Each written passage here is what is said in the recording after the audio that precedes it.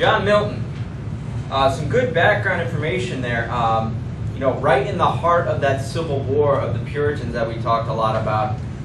He goes on this sabbatical pilgrimage down to Europe from the island of England, and then he hears about the revolt, and he jumps back on board a ship and heads back home, and he starts writing to help the Puritan cause.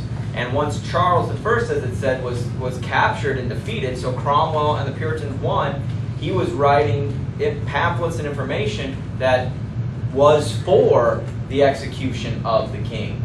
So he was very much on board with the Puritans and their cause. As it talked about down there then, Cromwell made him Secretary of State for Foreign Tongues, because as it said with his schooling, he mastered several different languages, and so now his job was to translate a lot of things so they could understand them. What was particularly of note was, if you saw the last couple lines of that introduction, he became blind. Okay, and for somebody whose life is reading before we have Braille, that's going to be a problem, right? Even with your writing, you couldn't read it, so he would have to dictate some of his stuff to have it read back to him, that type of thing. He could physically write, but who knows where the writing would go. And so a lot of his stuff would have been orally spoke and then, refined in a conversation. What was kind of cool was how after graduating from college, he went back to his dad's house and just sat and read for 6 years. He read anything and everything that he could find that he thought was of importance, classics, knowing all these different languages. He wasn't stuck just reading things in English or things in Latin. He was able to read all of these different things, so a very smart person. This sonnet that we're going to focus on is Sonnet 19, and you can go ahead and turn to that page. 19, and it deals with his blindness. And in it, he will mention, maybe I lost my sight because of all of my voracious reading that I spent, I wasted it. And you'll see him in here really kind of, really a dark, dark is blind, but really struggling with the first portion of this, the problem that he is blind. But as we can see, this is a Petrarchan or Italian sonnet. So after the first 8 lines, we have that turn, where the last 6 are focusing on the solution or advice or coming to grips with it. And so look for that turn and how he decides that he can come full circle and deal with what's going on that God has given him and then taken away, and how he can still contribute. Sonnet 19. When I consider how my light is spent, by John Milton. When I consider how my light is spent ere half my days in this dark world and wide, and that one talent which is death to hide, lodged with me useless, though my soul more bent to serve therewith my Maker, and present my true account, lest he, returning, chide. Doth God exact day labour, light denied, I fondly ask, but patience, to prevent that murmur, soon replies, God doth not need either man's work or his own gifts. Who best bear his mild yoke, they serve him best. His state is kingly. Thousands at his bidding speed and post o'er land and ocean without rest. They also serve, who only stand and wait. So with Sonnet 19, it's really a focusing on Milton's faith and relationship with God and dealing with his going blind. And so we see him suggest that maybe he lost his sight because of use and what we talked about before. But there are 2 phases of this piece. The first one is questioning and addressing to God, in essence, why me? I think wouldn't most people think that when tragedy befalls you? Why me? Why do my eyes? I was doing good. Why me? And then you come to grips with it and see how you can continue to be productive.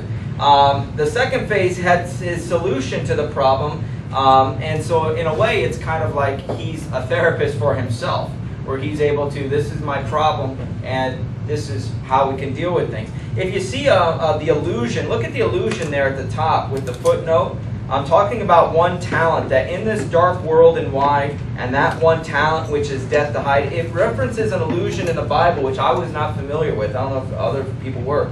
It says that the servant who earns interest from his master on 5 talents, which is a large unit of money, is commended. The servant who hides and then returns a talent is condemned. And so not being completely honest, holding things back when you were supposed to be out there doing what you were meant to be doing, that's a sin, and you could be cast out.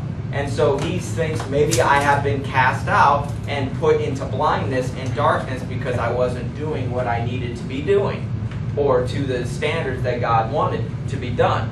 And so he struggles with that and has to come to grips with that. One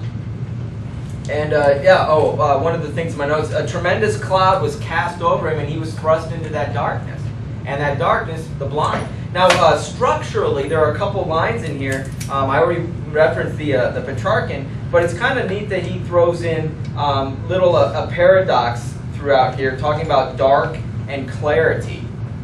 How can you have clarity when you're in the dark? Clear. You know what I mean? It's one of those things that helps to transition from he's lost, he's struggling with this darkness, but then after a while, it leads to clarity. Have you guys ever heard about if somebody is blind, that their other senses are like freakishly amazing? Because you guys are functioning around the world with all of your senses. You can smell the house on fire, you can get out. Well, if you don't have smell, you're hosed until you start maybe feeling it, right? Well, what if you can't feel? Then you're going to have to see it. So if somebody's blind, they have to rely on their other sights. Their hearing is usually pretty good. We had a blind student here at Carroll last year, and we've had vision impaired over the years. Do you remember the blind student walking around? Jason? It was so weird to him that, weird to me, that he could pick up on me from far away. What was that, Mr. Aldersmeyer? I wasn't even talking to him, but he could, you know what I mean? It was just like a class, we're all working on something, and I'm over on one side of the room talking, and he had a comment about something I was saying that he could hear through all the conversation. Maybe it was just my voice over everybody's. I don't know. But it's one of those things, that's my only experience around a blind individual where I was able to witness, the senses being heightened. There's a comic character, Daredevil, in the comic book world where he's a blind individual, but his senses are very fine-tuned. And so, it's one of those things that maybe through that darkness, you become a better listener. Through that blindness, you can become better than what you were before when you had all those senses. And so it's one of those almost therapeutic type, like I said, a therapist for himself, where he struggles, God, why me? And then while you're blind, a light bulb goes off, and he's able to see ultimately at the end that, I don't want to say is better off, but he's not in the dark so much anymore. Even though he can't see, he kind of has a purpose to going forward.